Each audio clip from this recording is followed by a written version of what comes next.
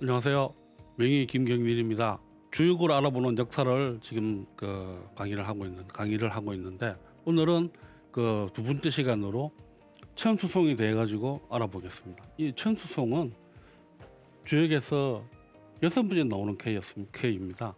지난 시간에 저희가 알아봤던 그 수지둔 또는 뭐 수지준이라고도 하는데 그 쾌가 시작을 의미하는 쾌라면은 이 쾌는 시작을 해가지고 여러 단계를 거쳐서 이제 송사에까지 오게 됐다 이런 의미가 있고, 또 이 단계를 지나면은 나중에 이 아주 좋은 택괴가 나오는 겁니다. 택괴.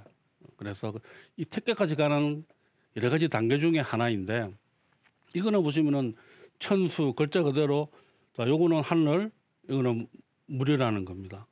그럼 이게 왜 송이 되었느냐? 자, 괴상을 보시면은 이렇게 설명을 하고 있습니다. 옛날 사람들은 성실함이 있으나 송사가 일어난다. 하늘과 물이 어긋나게 가는 것이 송이다. 일을 할 때 처음을 잘 헤아려야 한다. 그러니까 하늘의 기운은 위로 올라가고 땅의 기운은 물의 기운은 밑으로 내려가기 때문에 서로의 의견이 맞지 않다는 그런 의미가 내포되어 있는 겁니다. 그래서 이게 송을 의미하는데, 자, 이 송이라는 글자를 가만히 보시면은 요 말씀은하고 공평할 공자가 합쳐진 겁니다. 그러니까 공평하게 하는데 이거는 말로서 한다는 겁니다. 말로서. 또 다른 뜻은 공공장소에서 시비를 가린다든지 뭐 공공연히 드러낸다 이런 뜻이 있는데, 원래 이 공자는 이게 바뀐 글자는, 이거는 뭔가 하면은 하나의 물건을 이 둘로 쪼갠다는 겁니다. 공평하게 딱 이렇게. 그래서 이 글자가 나왔는데, 중요한 건 이거는 다 말로서 한다는 겁니다. 말로서. 근데 말이라는 거는 정말 위험한 것이기 때문에 이 끝이 항상 좋을 수는 없다는 겁니다. 그래서 옛날 우리 스님들은 소송을 뭐에 비유했느냐? 작각서에 비유를 했다는 겁니다. 이거는 참새의 뿌리고 이거는 쥐의 어금니입니다. 참새는 뿌리 없고 쥐는 어금니가 없습니다. 그렇게 소송을 통해서 내가 추구하는 것이 이와 같이 없는 것을 찾는 거다, 그런 뜻이 내포되어 있는 겁니다.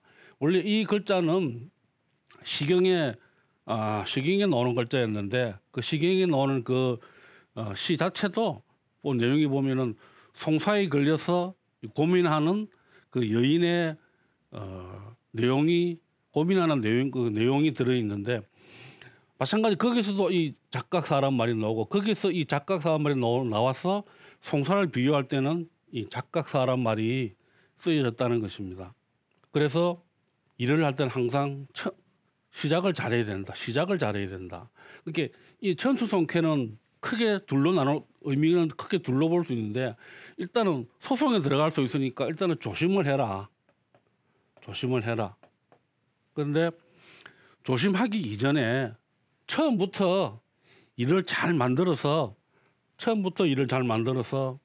소송을 방지해라, 그런 뜻도 들어있는 겁니다. 그래서 이 천수송캐는 이런 괴상은 이렇게 하늘의 기운은 위로 올라가고 물은 밑으로 내려가고, 그렇게 하다 보니까 서로 의견이 안 맞고, 그래서 결국은 나중에는 소송으로 가게 된다, 그런 뜻입니다. 그래서 단사는 뭐라고 되어 있는가 하면은 나의 마음만 믿고, 성실함이 있다는 얘기죠. 마음만 믿고 끝까지 가면 애를 태울 것이니 중간에 멈추면 길하다. 이 송쾌에서 가장 중요한 건 이 부분입니다. 중간에 멈추면 길하다. 왜? 아까 보셨지만은 작가사처럼 내가 100% 이길 수 있는 완벽한 소송은 그렇게 많지 않다는 겁니다. 그리고 소송 자체라는 게 어쩌면 그 작각사처럼 허망한 것을 찾는 것인지도 모른다, 그런 뜻이 있기 때문에 중간에 멈추면 길하다. 이 부분이 포인트라는 겁니다. 이 부분이. 그러면은 지난번에 보셨던 대로 이 효사는 좀 이렇게 나와 있습니다. 여러 가지 이제 말을 써놨는데, 지난 시간 제가 말씀드렸지만은 아무 그거 없이 일반 독자들이 이 부분을 하나씩 읽고 난 뒤에 그 뜻을 바로바로 이해를 한다. 그건 솔직히 힘들다는 겁니다. 그거는. 그리고 또 공부를 많이 하신 분들도 각자 해석하시는 게 조금 틀리기 때문에 일반 독자들로서는 책 한 권을 읽고 이렇게 효서를 다 이해한다는 거는 솔직히 힘들다는 겁니다. 그래서 제가 지난 시간에 말씀드렸지만은 이 하나하나의 효를 지금까지 벌어졌던 어떤 역사적인 사건하고 이렇게 대입이 가능하다는 겁니다. 그래서 이렇게 하면은 무슨 사건과 연관이 되겠구나 이렇게 하시면은 혹시 다음에 여러분들이 공부를 더 하셔가지고 뭐 주역점을 쳤는데 어떤 쾌를 얻었다. 전 쾌를 얻었는데 뭐 송쾌를 얻었다. 그러면 송쾌 조심을 해야 되겠구나. 뭐 또 일을 시작하시는 분들은 준비를 잘해야 되겠구나. 그리고 또 송쾌를 얻었는데 뭐 예를 들어서 뭐 첫 번째 효를 동료로서 얻었다. 그러면은 다투는 일을 중간에서 거치면 다소 말은 있겠지만 끝내는 길하다. 그래서 내가 만약에 이 효를 얻었다. 그러면은 내가 지금 진행을 하고 있다. 그러면은 다른 사람 같은 다툼이 있다면은 이거를 끝까지 가기보다는 지금 멈추는 게 낫겠구나. 그렇게 생각하시면 된다는 겁니다. 그러면은 이렇게 여러 가지 6개 효가 있는데 그러면 구체적으로 어떤 일하고 이게 대입이 되느냐?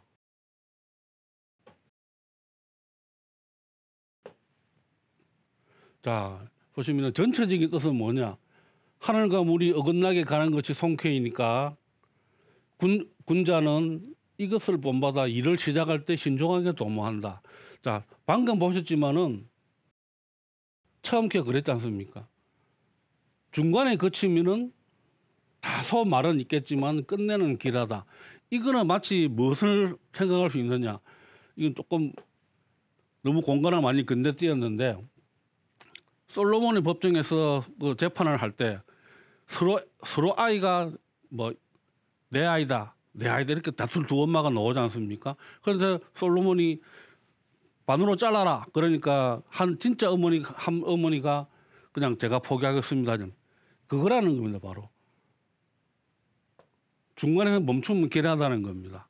끝까지 가면 어떤 일이 벌어질까요? 물론 그러지는 않겠지만은 끝까지 가면은 결국은 다툼만 커지고 시간도 많이 걸리고 엄청 힘들다는 겁니다. 그래서 중간에서 멈추면 길하다. 이런 걸 볼 수 있다는 거고 두 번째 캐는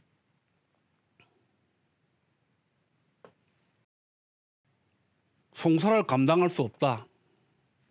물러나서 응거하라. 업이 대충 한 300거 정도면 재앙이 없을 것이다. 무슨 말이냐? 일이 있다고 해도 송사를 해서 내가 감당을 할 수 없다는 겁니다. 그래서 어떻게 일단 물러나서 응거를 하는데 한 300거 정도 조그만 업에 들어가가지고 업으로 들어가면은 재앙이 없을 것이다. 그런 뜻입니다. 그럼 이거는 역사를 찾아보면 어떤 일이 있을 수 있느냐? 우리 그 사마천의 그 사기를 읽어보신 분이라든지 보시면 나오죠. 항우가 천하를 먼저 정피하고 이제 서초 폐항이 되고 난 뒤에 저 밑에 있는 여러 지금 그 공이 많았던 사람들을 다 이렇게 영지를 다 이렇게 땅을 떼주지 않습니까? 이렇게 떼줄 때 항우가 유방을 견제를 해가지고 저쪽 화촉 저쪽 땅으로 보내버리지 않습니까? 유방은 군말 안 하고 거기로 들어갑니다. 들어갈 때 또 어떤 일을 하느냐? 그때 유방의 그 장자방이라 그 유방의 모사꾼인 장량이 그러죠. 잔도를 태우자. 잔도라는 거는 이 꼴짝꼴짝이를 이래주는 조그마한 길들을 말하는데 그걸 태워야 항우가 의심을 안 할 것이며 우리가 마음 놓고 안에서 행동을 할 수 있다. 꼭 건의를 합니다. 그래서 유방은 장량이 의견을 받아들여 가지고 이 잔도를 다 태워버리고 파촉으로 들어갔다가 나중에 다시 나와가지고 삼진을 멸하죠. 예. 사마원 장애 이런 다 멸해버리는데 그만큼 이 구이익효는 이처럼 언거를 하는 게 낫다는 겁니다. 언거를. 그래서 그거는 이런 걸 하는데 이때 유방은 처신을 잘했죠. 이 효사처럼 그렇게 한 겁니다. 물러나서 언거한 거, 물러나서 언거. 그리고 천하를 갖다가 쟁취하려고 하다가 조그마한 파촉 지방으로 들어가 버렸지 않습니까? 이제 저 중국에서 뭐 어떻게 중국 지도로 보면은 서쪽에 저 제일 끝으로 들어갔지 않습니까? 그래서 유방은 송케의 이 두 번째 효 있는 효사를 그대로 실행을 한 겁니다, 결국. 근데 이하는 반대로 행동을 한 사람이 또 있다는 겁니다. 그게 누구냐? 역사를 찾아보면은 조선 성종 때 한명회의 용봉 차일 사건이 있다는 겁니다. 이게 무슨 뭐냐? 한명회는 다 아시죠? 하도 텔레비에 많이 나와가지고 한명회는 모르시는 분이 없을 건데 조선왕조 실력에 보면은 이름이 제일 많이 나오는 언급되는 사람이 송시열입니다. 송시열. 어떤 분은 책에 보니까 한 3,000번 나온다 하더라고요. 근데 한명회가 두 번째인데 조선왕조 실력이 2,300번 정도 나온다 합니다. 그러니까 한명회는 그만큼 비중이 있는 인물인데 이 용봉 차일 사건을 일으켜 가지고 아주 큰 곤욕을 치르게 됩니다. 한명회가 말년에. 그럼 이 용봉 차일 사건이 뭐냐면은 여기 한명회는 그 유명한 계유정난의 주모자죠. 계유정난을 처음부터 끝까지 다 기획을 한 사람입니다. 그리고 세조가 그랬죠.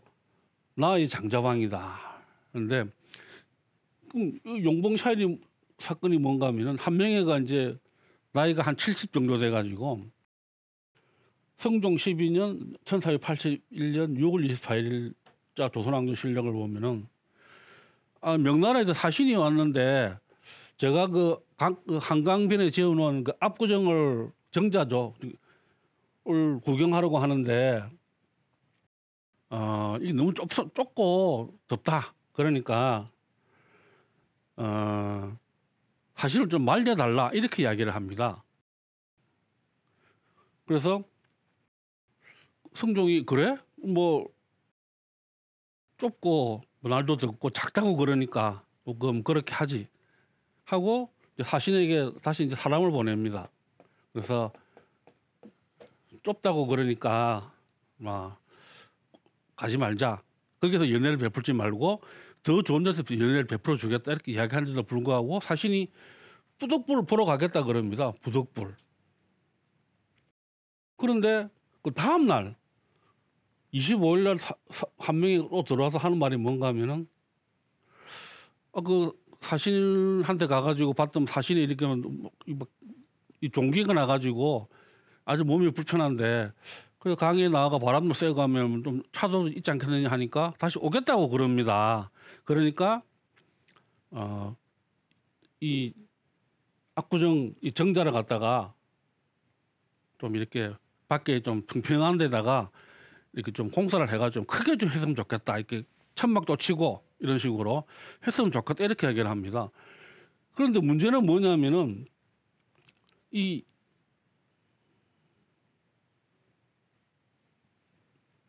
용봉 차일이라는 게 이런 겁니다. 이런 거.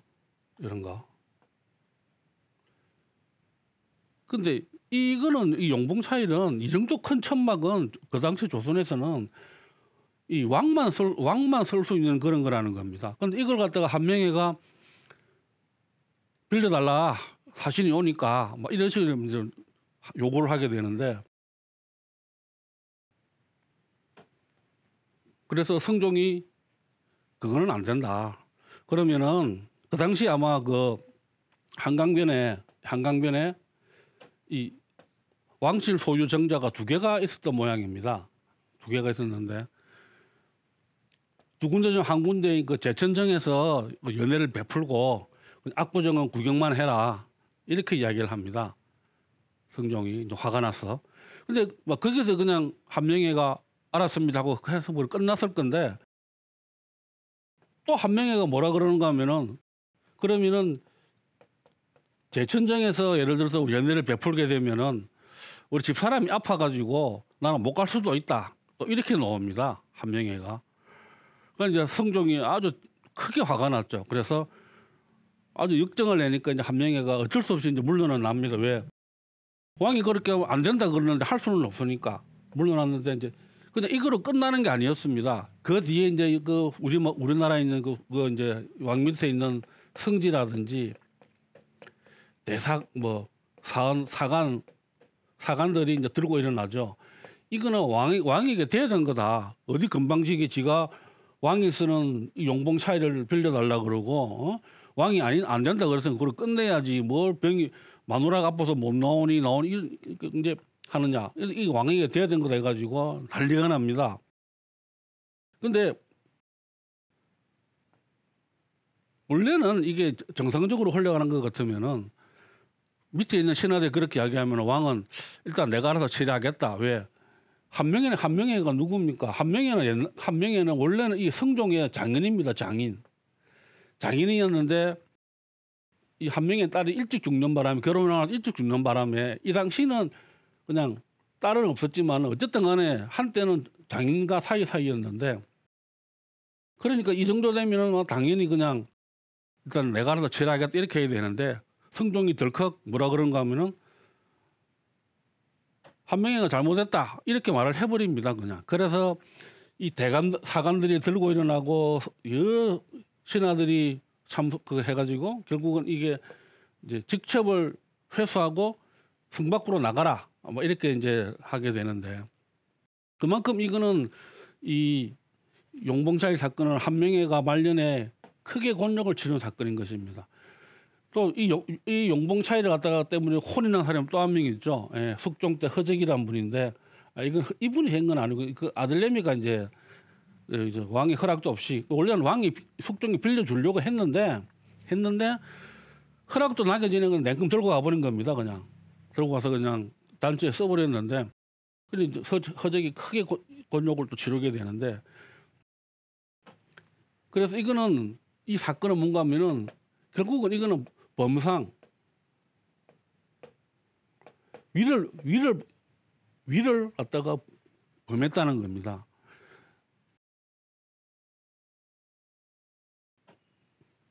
그래서 보시면은 한 사람은 이 쾌의 뜻대로 숨은 사람이 있는가 하면은 또 한 사람은 한명회처럼 이런 식으로 전혀 다르게 행동을 했다는 겁니다. 전혀 다르게.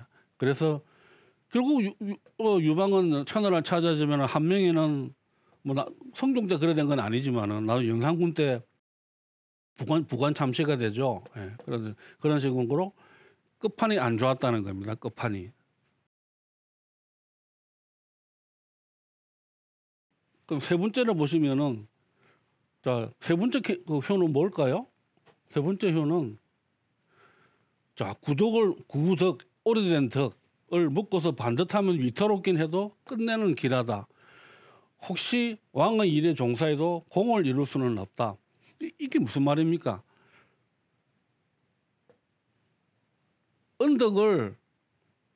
이게 왕의 언덕을 묶어서 반듯하면은 처음에는 좀 위태롭긴 해도 끝내는 길하다.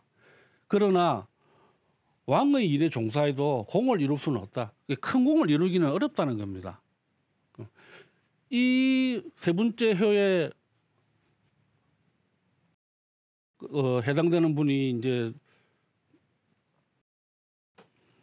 보시면은 조선 초기 문신인 저헌 이석형 선생을 들 수 있습니다. 이분은 연안이신데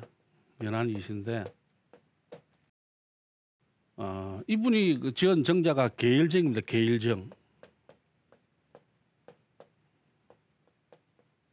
계일정인데 원래는 이게 지금 그 해화동 그 서울대 치대 거기 있는 정자였는데 이걸 나중에 후손들이 옮겨가지고 지금 이게 용인시 모현면으로 가 있는데 그 계일정을 지었던 분이고 이 개자는 경계할 개자입니다. 호수 정자 옆에다가 호수를 파가지고 물이 어느 정도 차면은 저절로 빠지게 해놨답니다. 항상 그렇게 물이 차면은 빠지고 또 모자라면 들어오고 이런 식으로 그래서 경계를 했다는 겁니다. 마치 우리 그 격주에 놓는 그 개정배처럼 그런 식으로 저수지를 만들었다는 겁니다. 정자 옆에다가. 근데 이분은 특이하게도 삼장원이라 해가지고 생원시, 진사시, 식년시를 다 장원으로 통과를 합니다. 그래서 삼장원이라 그러는데 우리 조선 역사에도 제가 알기로는 뭐 몇 명 없는 걸 알고 있는데 그만큼 뛰어난 분이 돼가지고 세종이 이 사람을 얻고 잔치를 베풀었답니다. 그래서 이분은 나중에 세종도 거치고 세조도 거쳐가지고 벼슬길을 하게 되는데 크게 이룬 거는 없습니다. 이분이 크게 이룬 거는 없지만은 앞에 이어 있는 효처럼 왕의 일에 종사해도 큰 공을 이룰 수는 없다. 그래서 끝내는 길하다. 그래서 이분은 여러 가지 개유정난이라든지 그런 난리통에도 크게 이렇게 나서지 않고 온후하게 처신을 해서 끝내는 기다가 되었다는 겁니다. 그렇지만 그렇게 좋은 재주가 있는데도 불구하고 공을 이룰 수는 없었다는 겁니다. 공을 이룰 수는. 그렇기 때문에 이 6.3K에 딱 들어맞는 분이 방금 말씀드린 저헌 이성영 선생이라는 겁니다. 그 다음에 9.4 네 번째 해요. 네 번째 효는 송사를 해결할 수 없다. 편안한 마음으로 참고 있으면 길하다. 그러니까 보시면은 송사를 감당할 수 없다. 중간에서 거친다. 해결할 수 없다.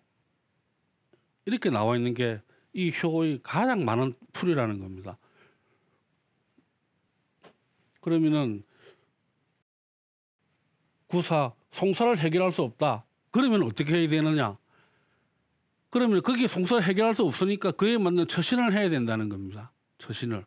그러니까 시간이라는 거는 계속 흘러가고 사정은 바뀌기 때문에 처음에 송사를 제기했을 때 하고 지금 진행하다 보면 이게 사건이 또 바뀔 수도 있다는 겁니다. 사정이 또 바뀌고. 그러면 그때는 어떻게 해야 되느냐를 잘 보여주는 게 이 구사효라는 겁니다. 구사효. 그래서 구사효를 보시면은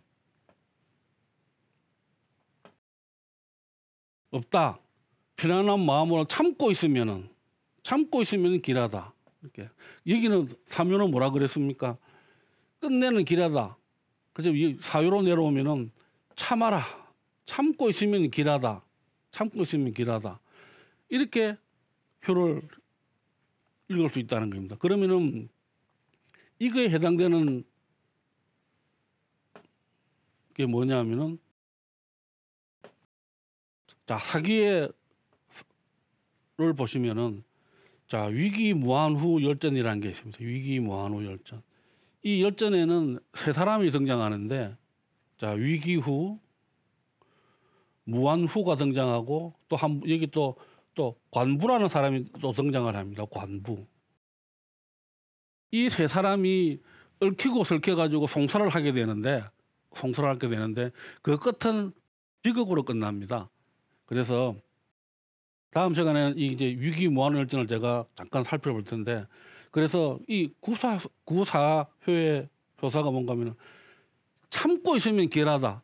그런데 이 위기무한열전을 보면은 참지를 못한다는 겁니다. 참지를 못하고 시변, 시간이 바뀌는 것을 알지를 못한다. 그래서 결국은 이 세 사람이 다 이 불행한 결말을 맞게 되는데 그 얘기가 여기 송사를 통해서 어떻게 엮여졌는지 다음 시간에 이 위기무한열전부터 다시 해보도록 하겠습니다. 자, 오늘 감사합니다.